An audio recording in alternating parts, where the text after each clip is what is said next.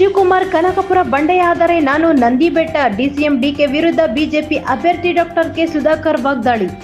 DCM DK Shivakumar Kanakapura ಬಂಡೆಯಾದರೆ ನಾನು ನಂದಿಬೆಟ್ಟ ಎಂದು DCM DK ವಿರುದ್ಧ ಚಿಕ್ಕಬಳ್ಳಾಪುರ ಲೋಕಸಭಾ ಕ್ಷೇತ್ರದ ಅಭ್ಯರ್ಥಿ ಡಾಕ್ಟರ್ ಕೆ ಸುಧಾಕರ್ ವಾಗ್ದಾಳಿ ನಡೆಸಿದ್ದಾರೆ. ಬಾಗೇಪಲ್ಲಿ ಪಟ್ಟಣದ ಬಸ್ ಡಿಪೋ ರಸ್ತೆಯಲ್ಲಿ ಇರುವ ಕೆಎಚ್ಬಿ ಲೇಔಟ್ನಲ್ಲಿ ಜೆಡಿಎಸ್ ಹಾಗೂ ಬಿಜೆಪಿ ಪಕ್ಷದ ಬಹಿರಂಗ ಸಭೆಯಲ್ಲಿ ಮಾತನಾಡಿ, ನನ್ನ ಅವಧಿಯಲ್ಲಿ ಬಂಡೆಯೊಂದಿಗೆ ಕುದ್ದಾಡಿ ಮೆಡಿಕಲ್ ಕಾಲೇಜು ನಾನು ತಂದೆ. ಚಿಕ್ಕಬಳ್ಳಾಪುರಕ್ಕೆ ಹಾಲು ಒಕ್ಕೂಟ ತಂದಿದ್ದೆ. ಆದರೆ ಹಾಲು ಒಕ್ಕೂಟವನ್ನು ಕಾಂಗ್ರೆಸ್ನವರು ರದ್ದು ಮಾಡಿದ್ದಾರೆ. ನಾನು ಕುಮಾರಸ್ವಾಮಿ ಸಂಸದನಾದರೆ ಮತ್ತೆ ಚಿಕ್ಕಬಳ್ಳಾಪುರಕ್ಕೆ ಹಾಲು ಒಕ್ಕೂಟ ತರುತ್ತೇನೆ ಎಂದು ಹೇಳಿದ್ದಾರೆ. ಬೆಂಗಳೂರು ಹಾಗೂ ಪುಟ್ಟಪರ್ತಿಗೆ ಕಾಂಗ್ರೆಸ್ನವರು ಟ್ರ್ಯಾಕ್ ಇಲ್ಲದೆ ರೈಲು ಓಡಿಸಿದರು. ಆದರೆ ನಾನು ಸಂಸದನಾದರೆ ಆಂಧ್ರ ಪ್ರದೇಶದ ಗಡಿ ಭಾಗಕ್ಕೆ ಬಂದಿರುವ ಕೃಷ್ಣಾ ನದಿಯ ನೀರನ್ನು ಈ ಭಾಗಕ್ಕೆ ಹಾರಿಸಿಯೇ ತೀರುತ್ತೇನೆ ಎಂದು ಹೇಳಿದರು. ಹೆಣ್ಣು ಮಕ್ಕಳ ಬಗ್ಗೆ ಕುಮಾರಸ್ವಾಮಿ ಏನು ಹೇಳಿದ್ದಾರಂತೆ? ಹೆಣ್ಣು ಮಕ್ಕಳಿಗೋಸ್ಕರ ಸಾರಾಯಿ ರದ್ದು ಮಾಡಿದ್ದು ಕುಮಾರಸ್ವಾಮಿ. ಅವರ ಜೊತೆ ನನ್ನನ್ನು ಲೋಕಸಭೆಗೆ ಕಳುಹಿಸಲು ದೇವರು ನಿಶ್ಚಯಿಸಿದ್ದಾನೆ ಎಂದು ಚಿಕ್ಕಬಳ್ಳಾಪುರ ಜಿಲ್ಲೆಯ ಬಾಗೇಪಲ್ಲಿಯಲ್ಲಿ ಡಾಕ್ಟರ್ ಕೆ ಸುಧಾಕರ್ ಹೇಳಿದ್ದಾರೆ.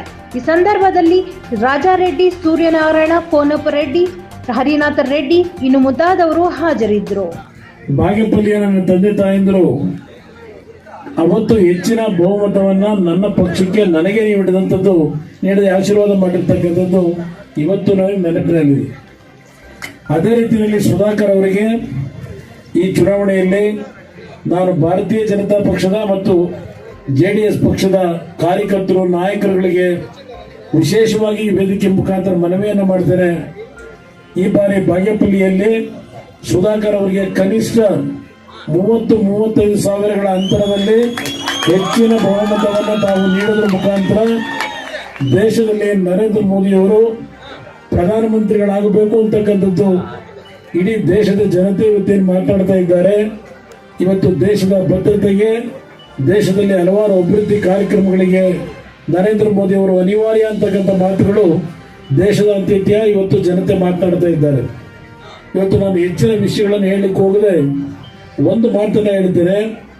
2014ರಲ್ಲಿ ಅವತ್ತಿನ ಕಾಂಗ್ರೆಸ್ ಸರ್ಕಾರ ಚಿಕ್ಕಬಳ್ಳಾಪುರ ಜಿಲ್ಲೆಗೆ ಎತ್ತಿನ ಹೊಳೆ ನೀರನ್ನು ಕೊಡ್ತೀವಿ ಅಂತ ಹೇಳಿ ಫೌಂಡೇಶನ್ ಸ್ಟೋರ್ ಹಾಕಿದ್ರು ಚಿಕ್ಕಬಳ್ಳಾಪುರದಲ್ಲಿ.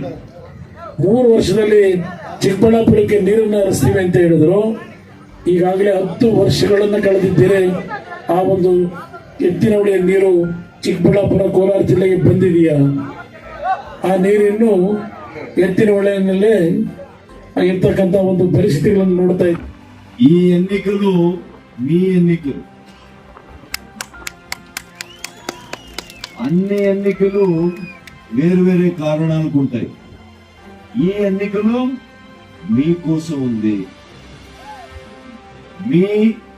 మీ బిడ్డల భవిష్యం రూపించాలంటే మాన్య నరేంద్ర మోదీ గారు 3వ సారి ప్రధానమంత్రి కావాలా?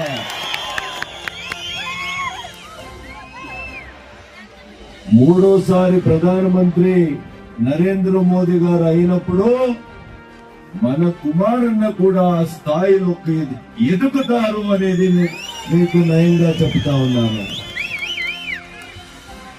ఆయన అక్కడ ఉన్నప్పుడు మీరంతా నన్ను ఎన్నిక చేసి నన్ను పంపిస్తే లోకసభకి ఆయనతో పార్టీ చేరుకొని మన బాగేపల్లితో సహా శాశ్వతమైన నీరావరి యోజనని తీసుకొస్తాను అని ప్రతిజ్ఞ చేసి చెబుతా ఉన్నాను. సంతోషమా?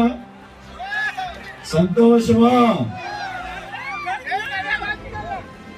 నేను మా చిక్కబళ్ళాపూర్కి చెరువులు నిండించాను. మీరు బాగేపల్లిలో నిండించారా? ఎందుకని అడగాలి కదా మీరు. ఓట్లు టక ఓట్లు వేసేస్తారు. ఓట్లు తీసుకున్న తర్వాత మీ పని చేయాలా, మీ సేవ చేయాలా? కాంగ్రెస్ చేయలేదు. మేము మా బీజేపీ ప్రభుత్వం వచ్చినప్పుడు బాగేపల్లి కూడా నేను 150 కోట్లు డబ్బులు నీళ్లు చెరువులోకి ఇచ్చేదానికి ఇచ్చినాము. అవునా కాదప్పా? అవునా కాదా?